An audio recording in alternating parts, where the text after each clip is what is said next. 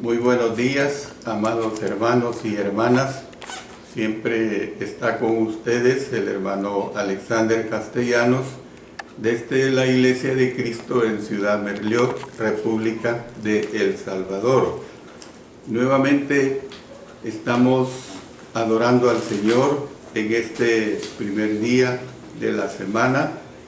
Gracias damos a Él por darnos esta valiosa bendición. Vamos a ponernos en oración para después dar las indicaciones pertinentes a los mensajes de este día del Señor. Oremos. Padre Celestial, nuevamente te agradecemos porque estamos en la adoración, que es el día especial para ti y para tu iglesia. Gracias porque en estos momentos, después que hemos orado y cantado, vamos al estudio de tu palabra. Permite que lo hagamos de acuerdo a la dirección del Espíritu Santo. En el nombre de nuestro Señor Jesucristo. Amén. Amén.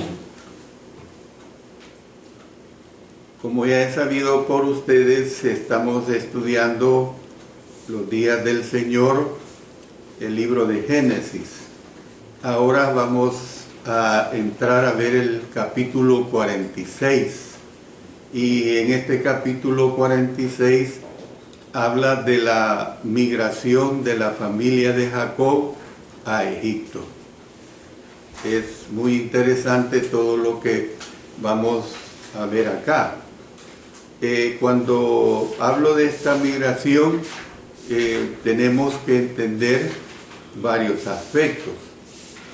Después de una de las reuniones familiares más dramáticas de la historia, José hizo arreglos para que su familia se trasladara a Egipto. El capítulo 6 nos proporciona un registro de su viaje allí, así como un listado genealógico de los descendientes de Jacob. Cuando los hebreos llegaron a Egipto, el faraón les dio la bienvenida debido a su relación con su visir y los invitó a hacer de Gosén su residencia. Y esto es lo que vamos a estar estudiando en este capítulo 46. El primer aspecto que vamos a tratar es el consuelo dado por Dios a Jacob en Beerseba y el viaje que se da a Egipto. Y esto lo tenemos comprendido en los versos 1 hasta el 7.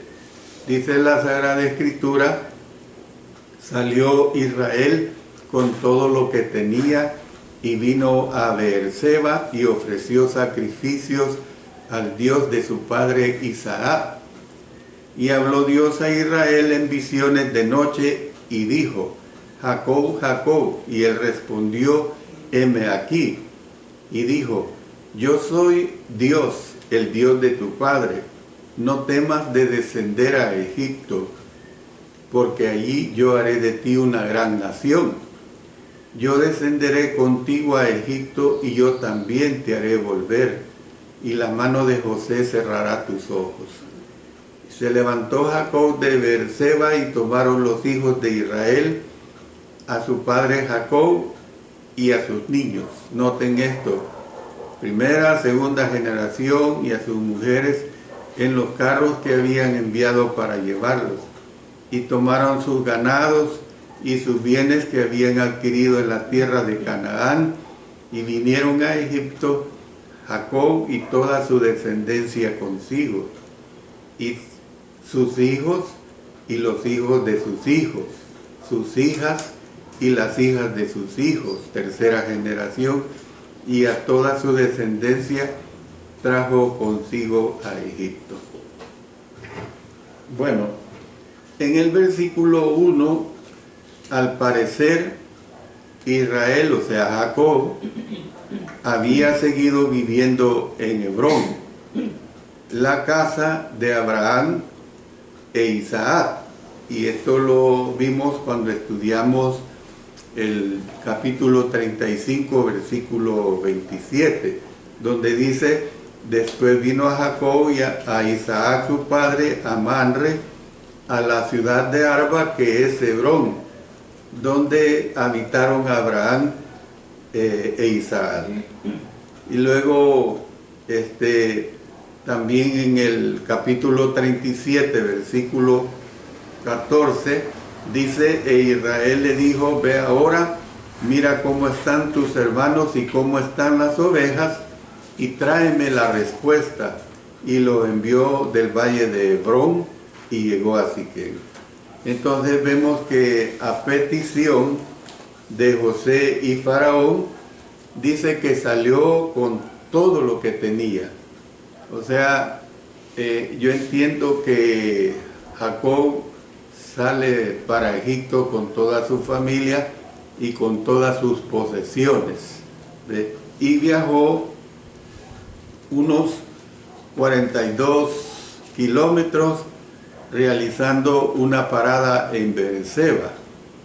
Los dos viajes de Jacob fuera de la tierra prometida comenzaron aquí, y la revelación de Dios a Jacob en Beerseba es similar a la aparición de Betel en Génesis 28.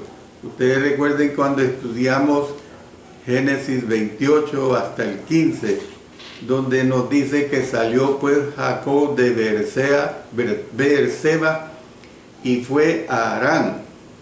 Y luego en el versículo 15 le dice: he aquí yo estoy contigo y te guardaré por donde quiera que fueres, y volveré a traerte a esta tierra, porque no te dejaré hasta que haya hecho lo que te he dicho.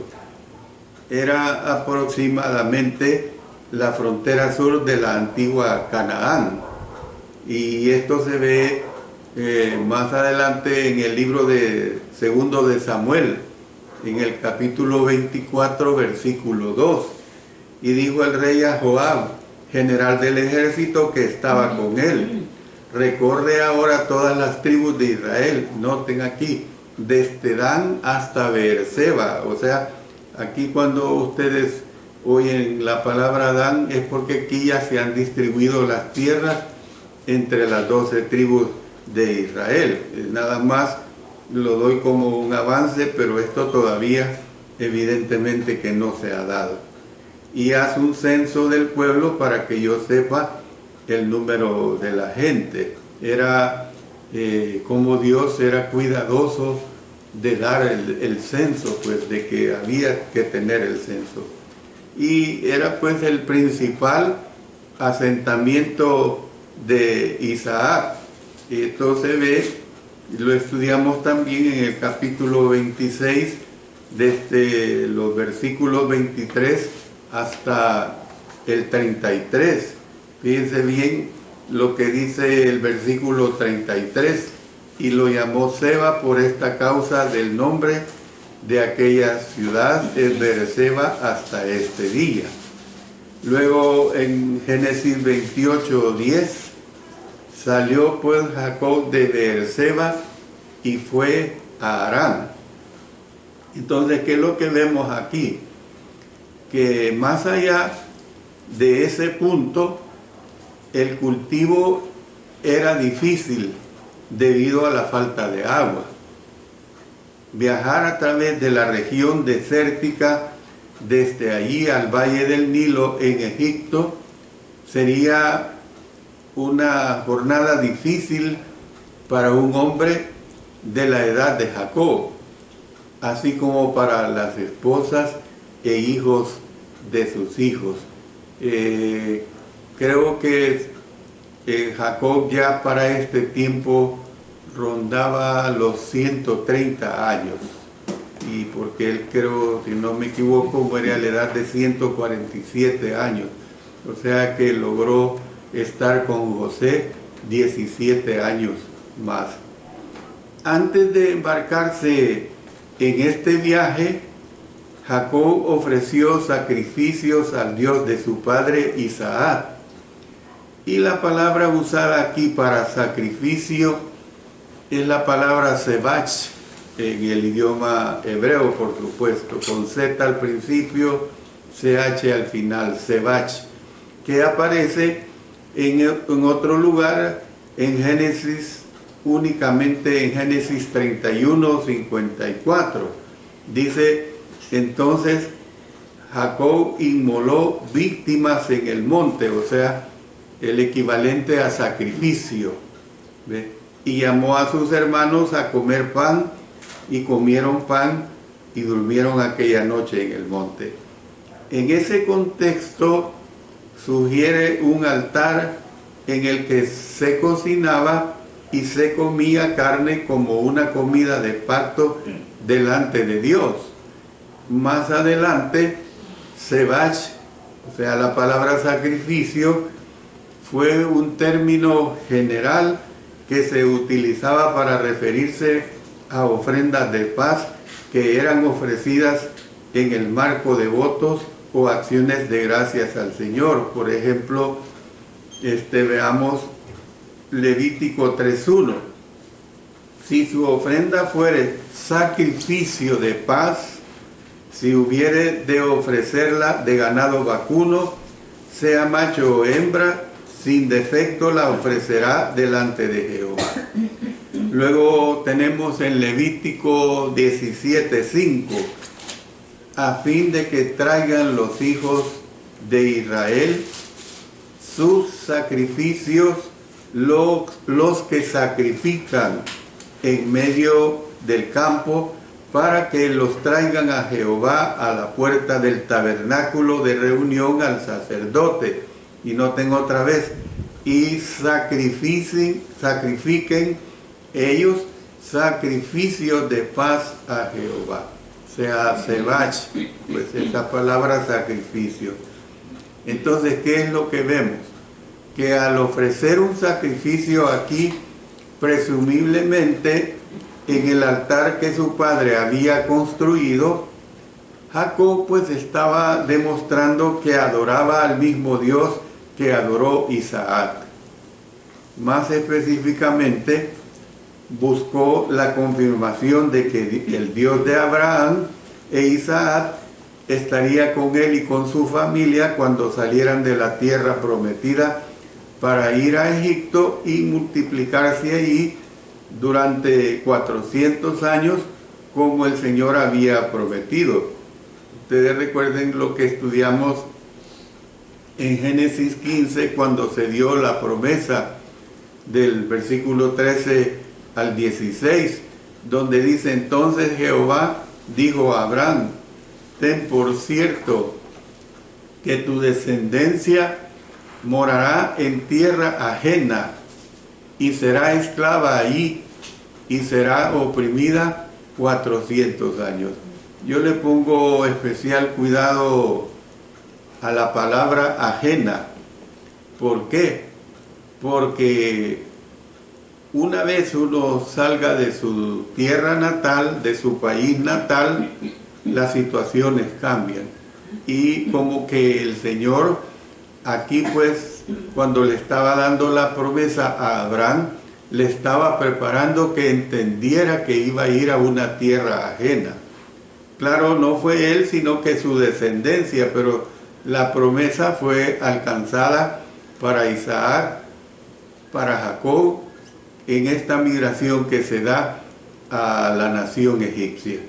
Más también a la nación a la cual servirán, juzgaré yo, y después de esto saldrán con gran riqueza, y tú vendrás a tus padres en paz, y serás sepultado en buena vejez, y en la cuarta generación volverán acá, porque aún no ha llegado a su colmo la maldad del amorreo hasta aquí. Entonces, fíjense bien que en esta promesa que se le dio a Abraham, se dice, saldrán con gran riqueza. O sea, ¿y qué es lo que pasó? Cuando veamos esto, si el Señor nos lo permite, en el libro de Éxodo, y cuando salen de Egipto después de estos 400 o 430 años de esclavitud, ellos salen con muchas riquezas. Esta es la realidad.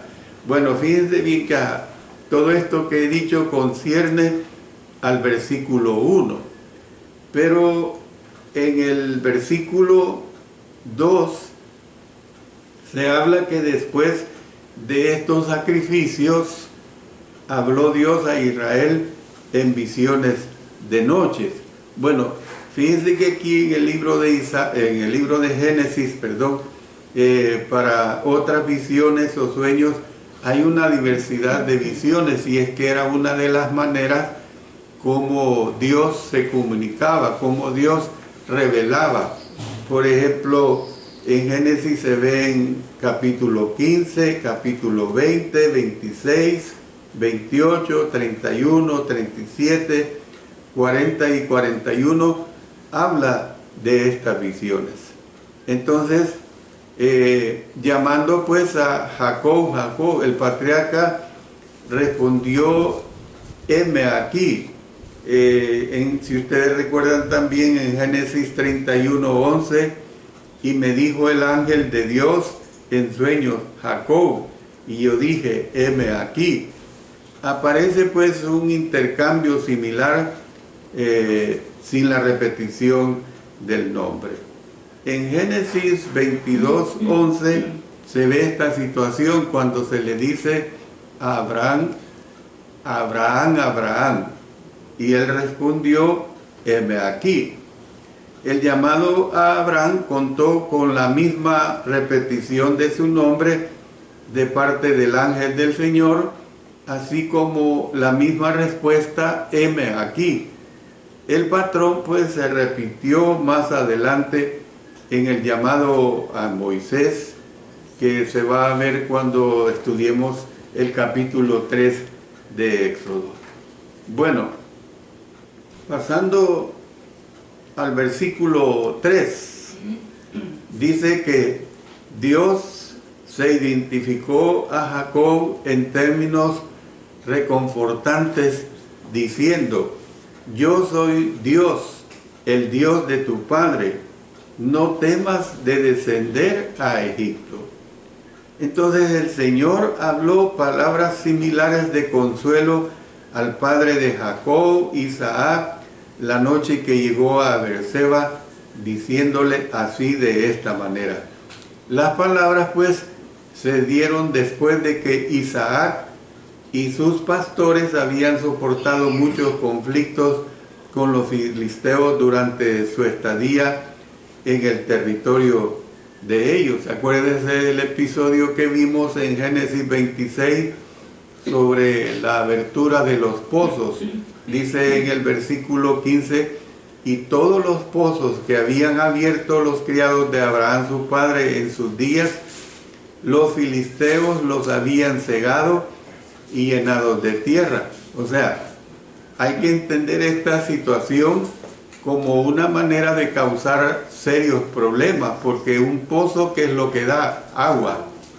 Y claro, al sellarlos de nuevo, pues evidentemente que se iba a detener el fluido de esa agua. Entonces, ¿qué es lo que vemos? Que el lenguaje y el contenido del llamado del Señor podrían sugerir que estaban dirigiéndose a Jacob como un profeta. Le dio a este patriarca entendimiento con respecto a la permanencia de Israel en Egipto, como la había hecho con Abraham. Dice, por ejemplo, en Génesis 15:13, entonces Jehová dijo a Abraham: ten por cierto que tu descendencia morará en tierra ajena y será esclava allí y será oprimida 400 años. Pueda que Jacob a este tiempo, y también el caso de Abraham, no entendieron hasta dónde llegaría la magnitud de esa esclavitud de 400 años. Quizás los primeros años de la primera centuria o del primer siglo fueron días de vino y rosa, pero como se verá, cuando llegó un faraón que no les conocía, entonces cambió la situación totalmente. A quien más adelante, pues a Jacob se le trata como lo mismo a Abraham se les trata como profeta.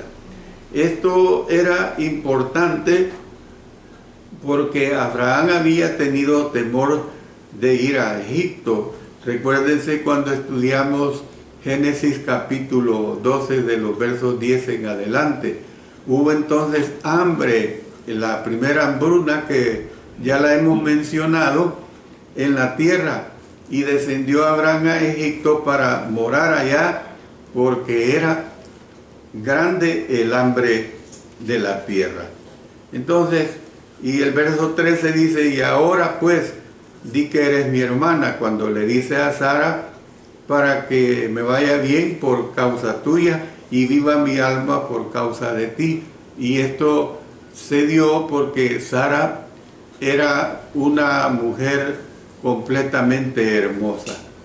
Entonces, a pesar de que Jacob quería estar con José, puede que haya estado preocupado por lo que el futuro le podría deparar a él y le podría deparar a su familia en ese país extranjero, por lo que el futuro le podría dar esta situación.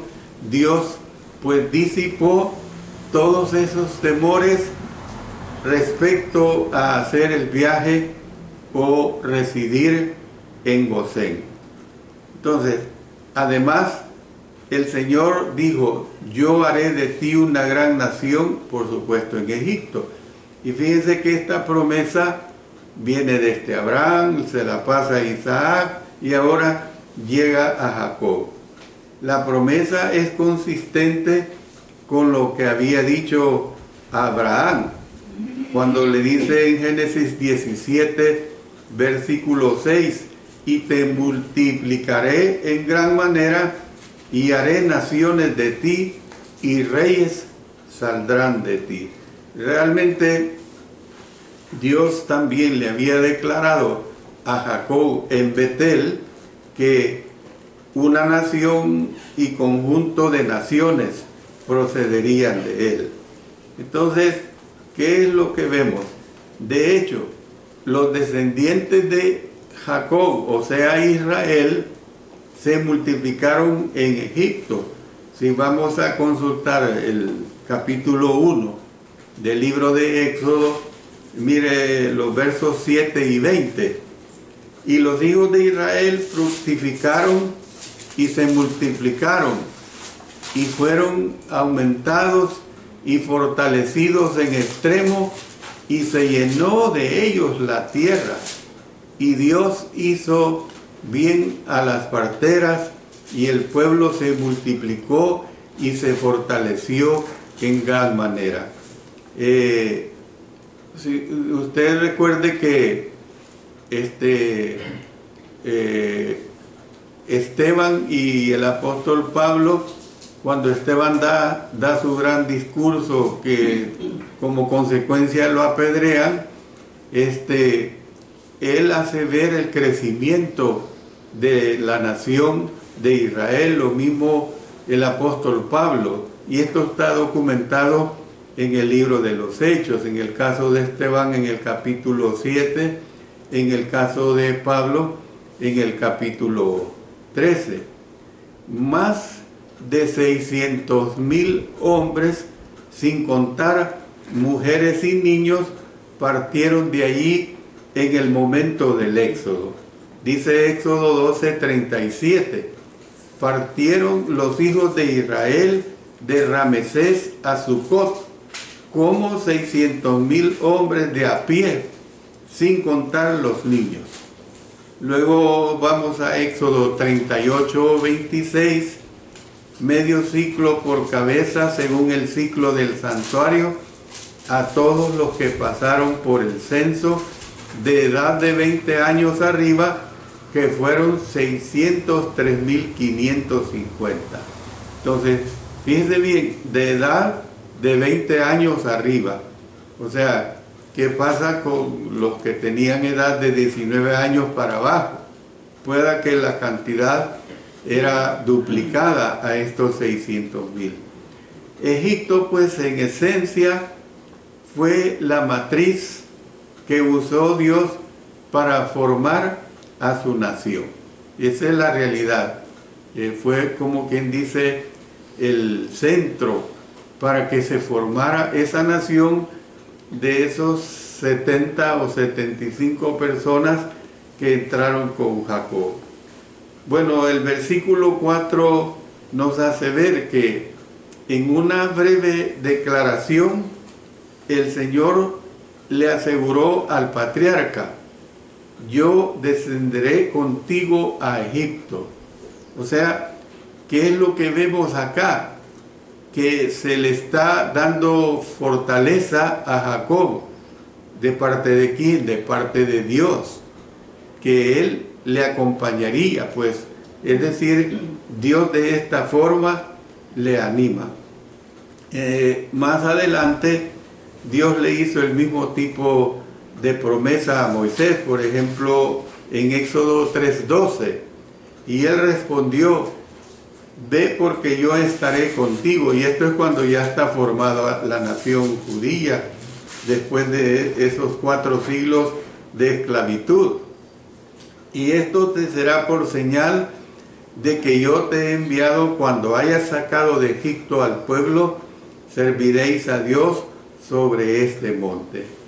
Entonces, vemos que cuando los llamó para que guiaran a su pueblo, en el caso de Moisés, en el caso de Josué también, cuando los llamó para que guiaran a su pueblo de cara a los difíciles desafíos que yacían delante de ellos, pues Dios les presenta que no los iba a desamparar.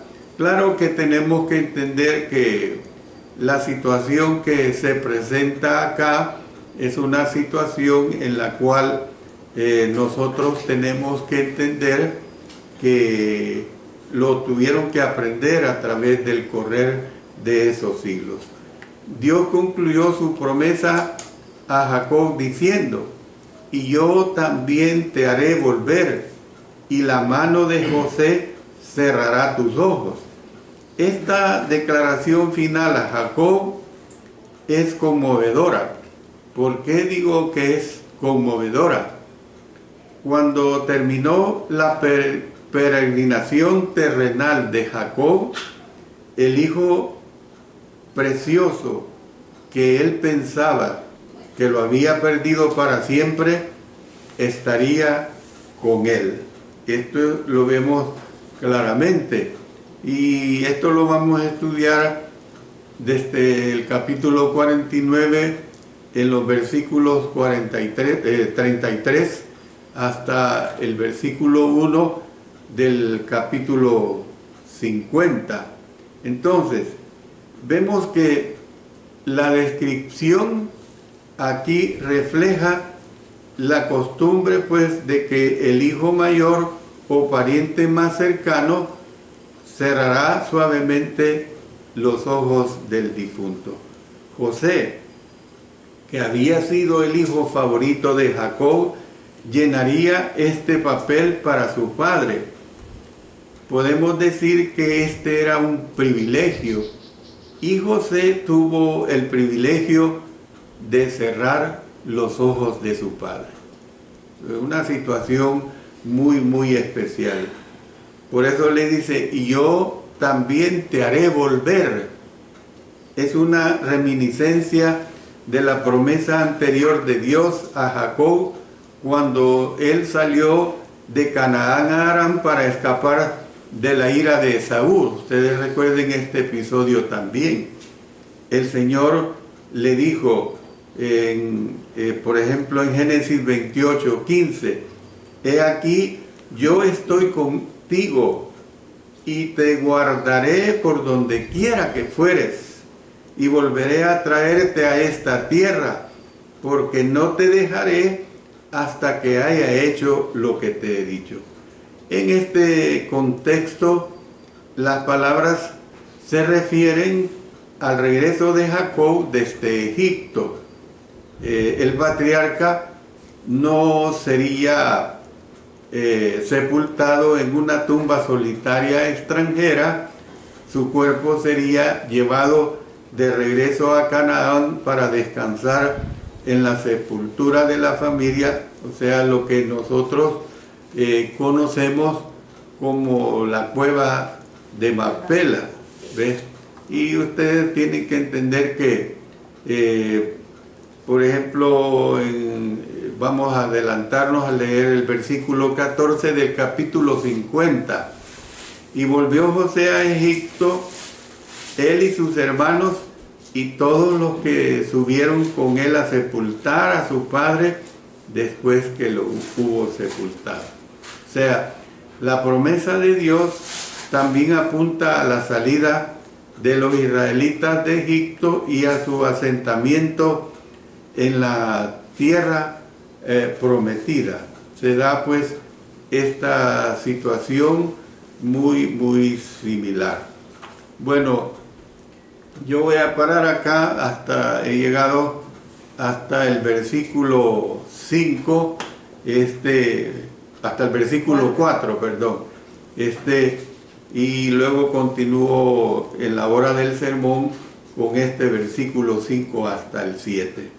De manera pues que nosotros podemos ver, como yo les anticipé en las clases del domingo recién pasado, que lo que ahora estamos tratando en Génesis es, por decirlo así, un resumen de todo lo que ya ha vivido desde la familia de Abraham, desde la familia de Isaac, desde la familia de Jacob.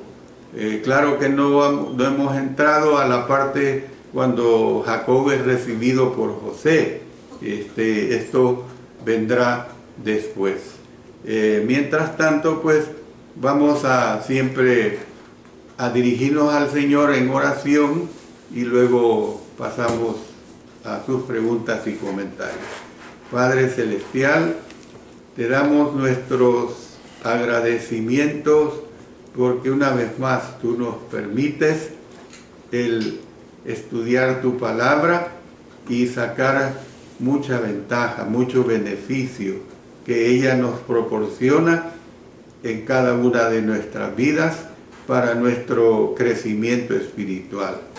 Oramos en el nombre de nuestro Señor Jesucristo. Amén. Amén.